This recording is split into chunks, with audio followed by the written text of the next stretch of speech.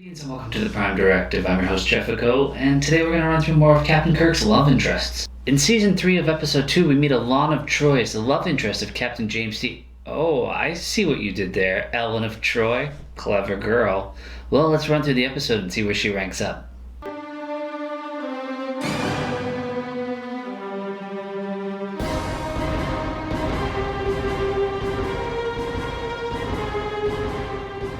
This episode starts out with Petrie, the Troyus ambassador, as they approach the planet Elas. Kirk, Spock, and McCoy point out they are pretty close to the Klingon border, and the Elosians are demanding to beam up.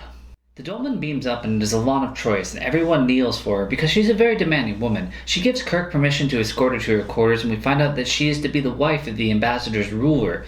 And the ambassador doesn't want to get there too quickly because he wants to teach her some manners. Uhura gives up her quarters for her, and they must be really nice ones, but it doesn't matter because Elaan still complains about them. Her guards have really lame-looking guns, and they shouldn't be allowed weapons on the ship anyways. And the ambassador is very patient with her, and she's not going to make it easy for him. Kirk gets some one-on-one time with her and tells her to stop acting like a child. Then he gives some advice to the ambassador and tells him to go in strong. She respects strength. But it doesn't work out so well for him. It was a deep wound, Jim. He lost a lot of blood.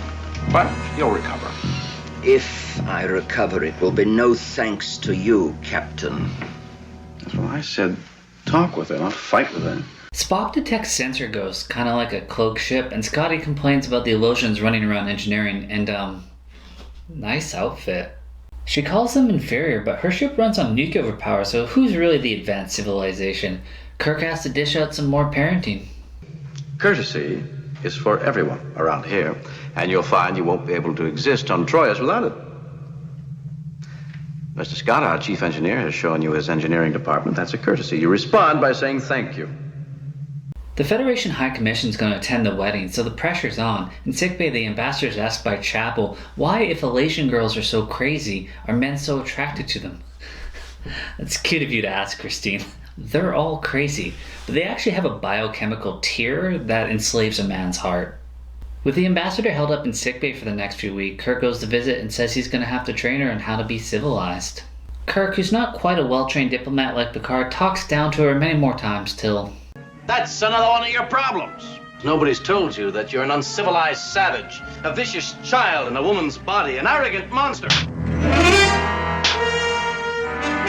That's no way to treat someone who's telling you the truth. Then she throws a knife at him, and I gotta say, he takes it pretty well.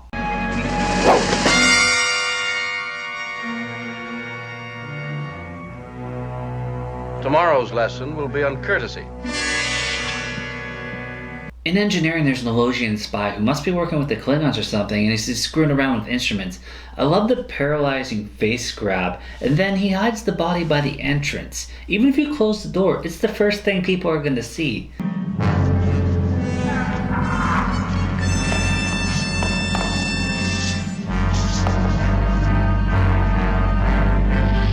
Kirk goes to Elaan's quarters and she pulls a knife on him. Why does this feel like foreplay? She bites and scratches and then finally goes to hide in her closet. Kirk has to break through to get to her and she starts crying, so he wipes the tear away, which was her plan. And then they kiss and things get kinky. Captain, that ancient Earth custom calls pinking. What is it? We'll talk about it later.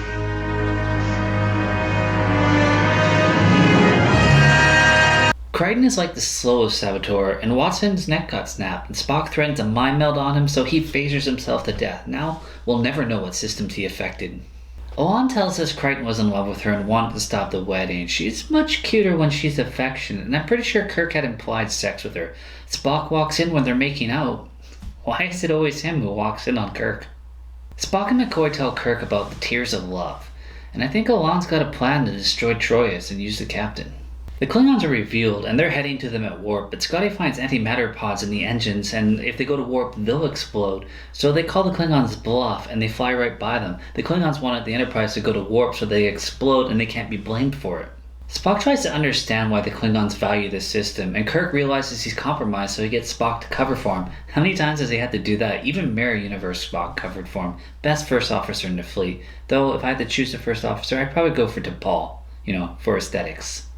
Kirk takes Elaan to sickbay, but there is no antidote for the tears of love. He gets her to stay there for safety, but she doesn't listen. She shows up on the bridge in her wedding dress and necklace that she refused to wear earlier. It's revealing, but not too revealing, which, my compliments to the costume designer. We're not going to die. We'll get off the bridge. 100,000 kilometers.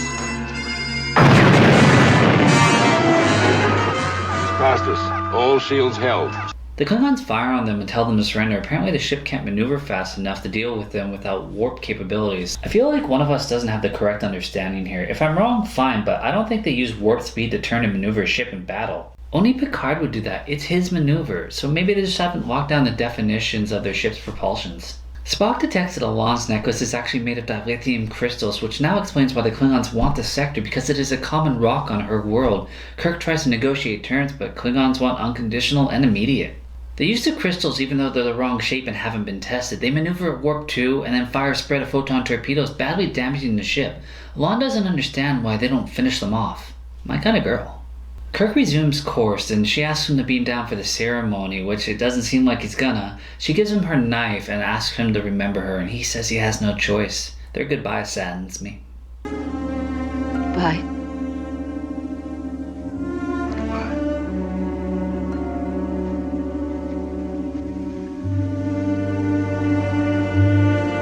Back on the bridge, Bones shows up and brags that he's figured out a cure, but Spock says it's too late. He's already found an antidote. Is it booze? I've always found it to be booze, but Spock says that it's love for the ship, which is a common theme. Kirk does really love his ship.